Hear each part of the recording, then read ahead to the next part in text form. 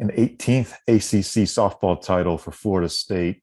The Seminoles knocking off Clemson on Saturday to wrap it up. A good week, beginning with Virginia, going through Duke, and then Clemson. Florida State is 52-5, now going to regional play. And we'll kind of get into the Tallahassee Regional in just a few minutes. Appreciate Caylan Arnold, Florida State softball player from 2020 and 2021 seasons, joining us. Also, obviously, an analyst with ACC Network Extra. And you know her T-shirts from Sunday Golds. And Caylan, thanks for joining us. And we'll kind of breeze just past Virginia here. That was a 5-3 win to get into the semifinals, and to meet up against Duke, an opponent that Florida State had not seen in the regular season. But obviously, you guys faced them last year. Your big picture thoughts as that win over Duke on Friday.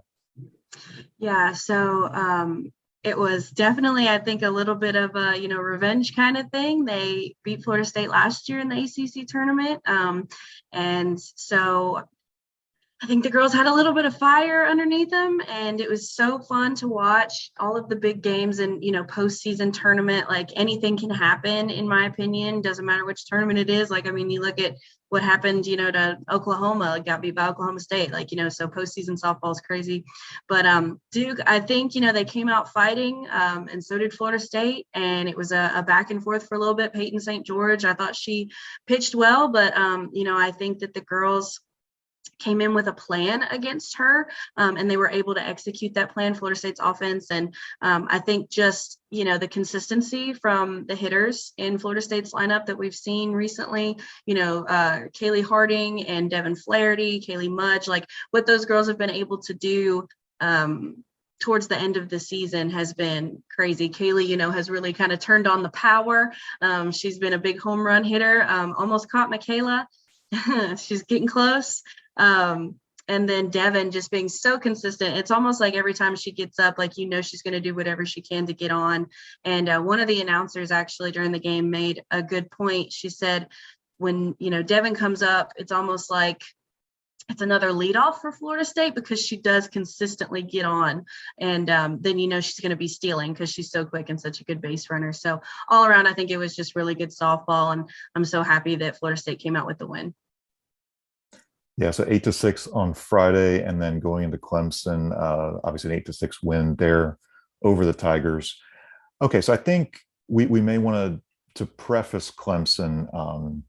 Coach Alameda made what may have been, I think, a surprising move initially on my part and some others, deciding to start Mac Leonard in the circle. And I'll maybe preface it by saying Mac has experience pitching, at Illinois State last year. This is not just, I think some people might say, well, she's the number 3 pitcher.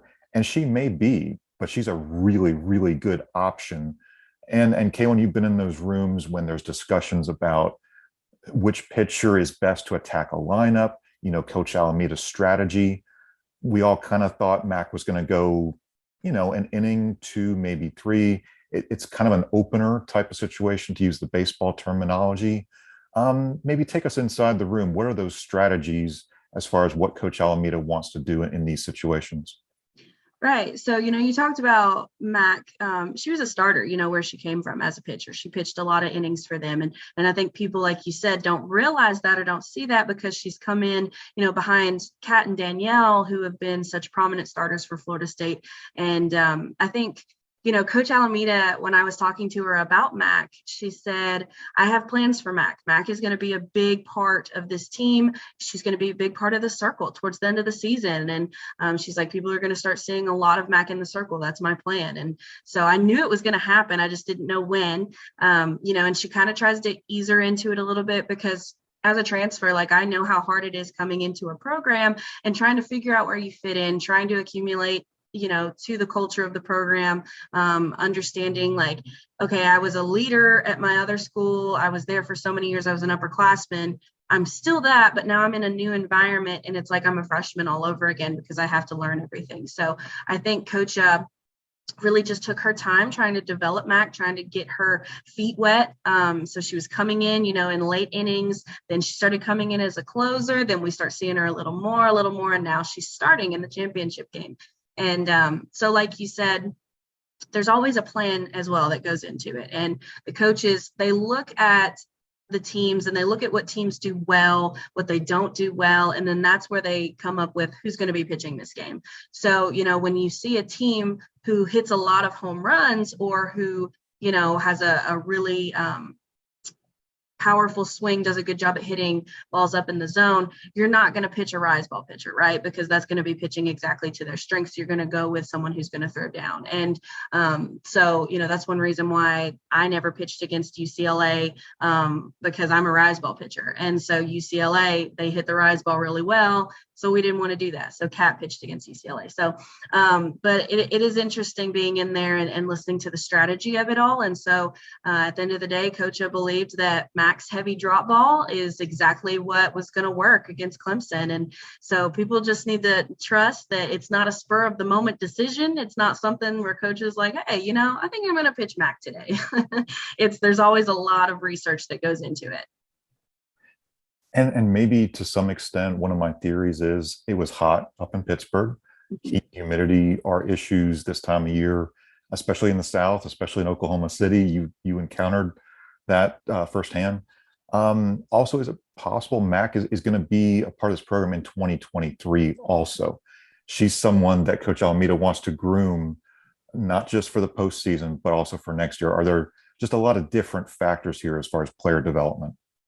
For sure. I mean, because, they're going to be losing Danielle. She's going to graduate. And so Coach has got to be able to have that 1-2 punch. You're going to have Kat, and you've seen the development of Kat now being able to throw that pitch up in the zone as well. That's part of it all, like being able to have her throw on different planes so that next year when you lose Danielle, who's got that nasty rise ball, now Kat as well can throw that pitch. So it's all a big part of the plan. And like you said, she's been developing Mac for next season as well. It's always big picture, and you've got the redshirt Allie Dubois, who is a pitcher who Coach has been developing. And so, next season she wants to have those three, because I think a lot of coaches have started to realize that you can't do what you used to do. You can't have that, one main pitcher and then, maybe have a two that's able to come in, or even just the 1-2 punch. You really need to have three, because offenses and hitters and bat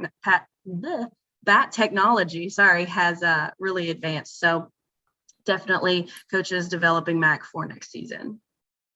Okay. I think that was good. And it kind of touched on a few things that, I've heard from some people we've seen on social media. So diving into the game, very entertaining game. There were obviously some errors early. It wasn't maybe the best first inning for either program, but I think that the Mac Leonard shot, obviously in the sixth inning, was huge. But take us through your thoughts as you were watching the game, and obviously the emotions of watching the Seminoles win the title. Right. So, early in the game, they knew that Mac was going to throw that drop. So the defense was expecting ground balls, but people were a little out of position. Kaylee Harding has played first base before, but predominantly she's been in right field this year. So there were a few errors made, and it is very uncommon for Florida State's defense to make errors because they are leading the nation in defense.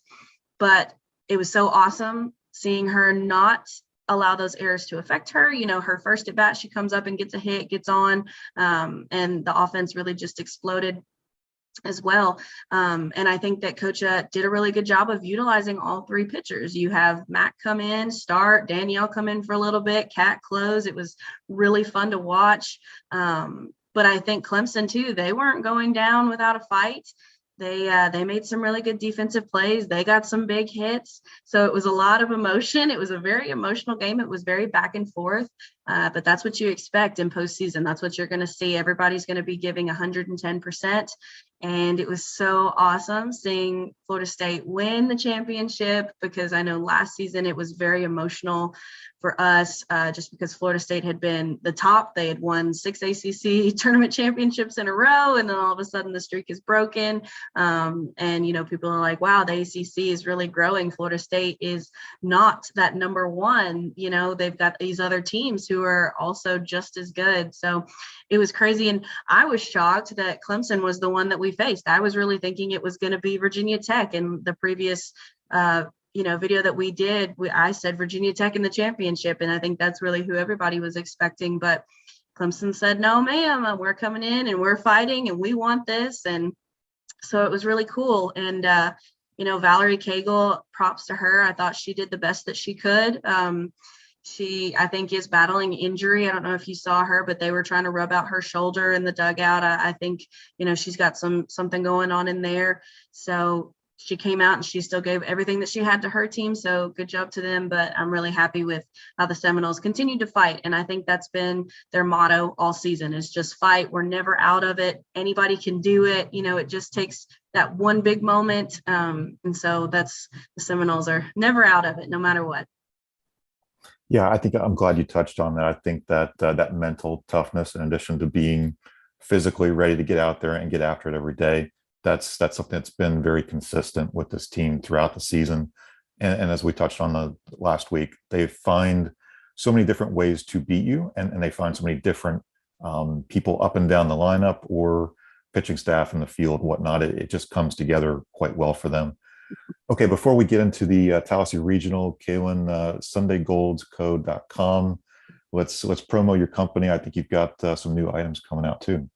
Yeah, so I started this business, to make money for the softball program originally, and now it's kind of grown into a bigger business, and I'm able to have NIL deals with Sydney Sherrill, Catherine Sandercock, and Michaela Edenfield. I have a shirt for each one of those girls. Catherine's shirt will actually be released tomorrow, so be on the lookout for that. And it's been a lot of fun, and we're also going to be doing another autograph signing, which is super fun, where you can come and you can purchase all of their merchandise, get softballs autographed by them, flyers, take pictures, hang out with them for a little bit. We're going to be doing it at the Buffalo Wild Wings on South Magnolia in Tallahassee. And we're still kind of trying to figure out the days, because it will be super regional weekend, but we're waiting to see, what days they're going to be playing. Are they going to be playing on Thursday, Friday? What's ESPN going to do? It's going to depend on, TV and stuff like that. And they have to make it out of the regional, which I believe they're going to make it out of the regional, that's just me, but, all wishful thinking. But yeah, so it's been a lot of fun, and you can follow me on Facebook. I have a Facebook page, Sunday Golds and Company, on Instagram, Sunday Golds and Company, and then my personal Twitter, which is at Arnold Caylan. I post things consistently about Sunday Golds, and then subscribe on the website to emails, and I send out email updates as well. And Caylan's a great follow on NCAA softball as a whole, so she's keeping up with all these tournaments. I know you were tweeting throughout, kind of keeping up with what was going on around the country. Right. Okay, Tallahassee Regional. We'll jump into it. Just kind of big picture here, as it's Monday, and we haven't done a true deep dive into the teams just yet. Well, hey, let's touch on something with last year's regional. I think this might be fun. 2021 May, we had no idea going into that week how many fans might be in the stands. I know FSU, talking with some of the people on the operations end, they were planning different contingencies, 25%, 50%, based on what the governor said, based on what the NCAA said. And then all of a sudden they said, open it up 100%. And I think it was so cool that Friday, Saturday, and Sunday to go out there, and we were used to 25% crowds. We were used to smaller crowds, football, basketball. And all of a sudden we're all outdoors, hot, but it was spring, and we're watching softball, and it was a full house. It was a great crowd. So beyond just who you guys played, it was a great atmosphere to kind of welcome everybody back to sports. So I wonder if you could reflect on the atmosphere of a Tallahassee Regional, and maybe what that one in particular might have meant to you and the teammates, just as you were kind of getting that run going, that momentum building toward OKC. Sure. It was awesome. Like you said, we had played pretty much the whole season with either no fans or 25% capacity. So when they did say open it up, it was like amazing, because none of the freshmen had experienced that true softball atmosphere where the stadium's full and it's loud and it's exciting and adrenaline rush and everything. So it was really cool. And I think it actually made a positive impact on the team, because if you notice, like the regional was really when we hit our kind of high and we started like really playing together, really playing well, started, finding ways to scratch out runs, do whatever it took to win. So I think we played off of that. And I think we played off of just the love and the support from the Seminole fans and our families being able to be there. So it was such a fun atmosphere, and I loved it. And I was glad, we didn't have just the cardboard cutouts of people anymore. We had actual faces in the stands, because we did do that. But everybody's dogs, we got a cutout of everybody's dogs and stuff like that. So we did fun stuff, but it just wasn't the same as having those fans. And as a super senior, it was amazing because I got to play, postseason in Tallahassee and got to experience that. And it was so fun. It was hot. It was definitely hot. Like you said, it's a lot hotter in Florida than any other regional I played in, but it was amazing. And I think that we just kept surprising people. I don't think people believed that we were going to come out of that regional, and we did, and we kept going. So it was great. It was fun to watch. It really, really was. Well, hey, the FSU ticket office, as we shift gears back to this regional coming up here, the Plex is sold out. So if you were looking for those all session passes or tickets, they're sold out.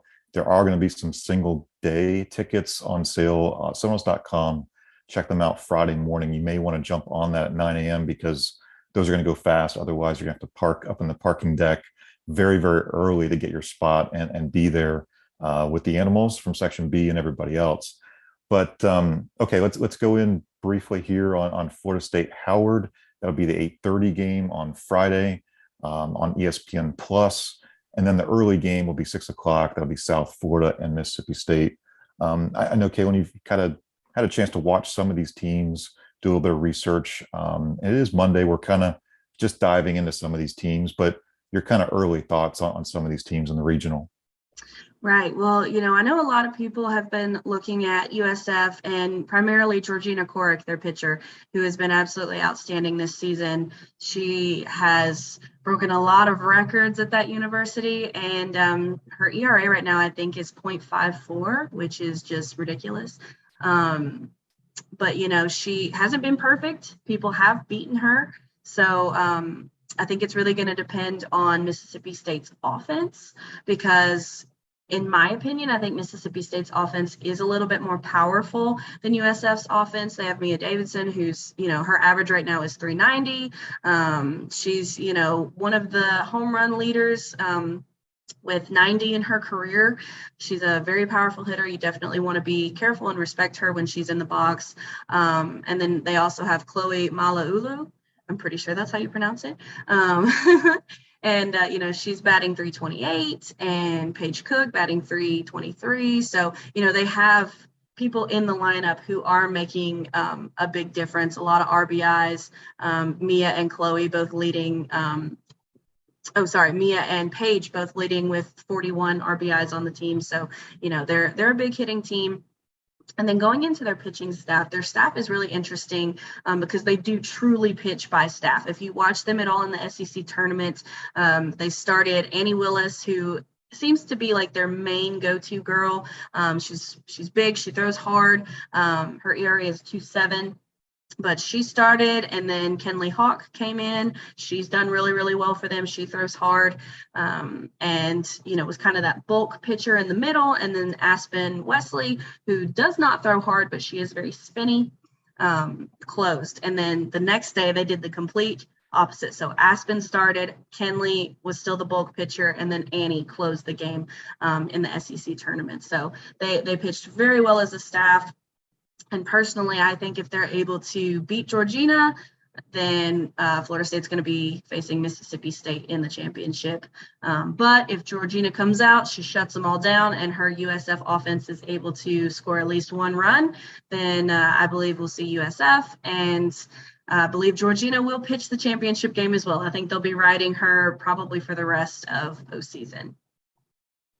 This shapes up to be a really cool regional to watch. If you're looking at the RPI, just for some kind of indicators, obviously Florida State's right up there, but Mississippi State is 29, South Florida is 38. This feels like a really, really tough regional. Florida State was the 2 seed. ended up being 3 in the RPI, however you kind of evaluate that. And then if you're looking ahead to a super regional, Florida State would be paired with Missouri. So Florida State did dodge Florida, which is a good thing, I think, in the committee's eyes to do something like that. So if Florida State advances out of the regional, Missouri advances out of their regional, it would be in Tallahassee next weekend. So something to look forward to there if you're watching, and kind of just planning ahead, whether it's TV watching or trips to Tallahassee. Well, we'll wrap up there.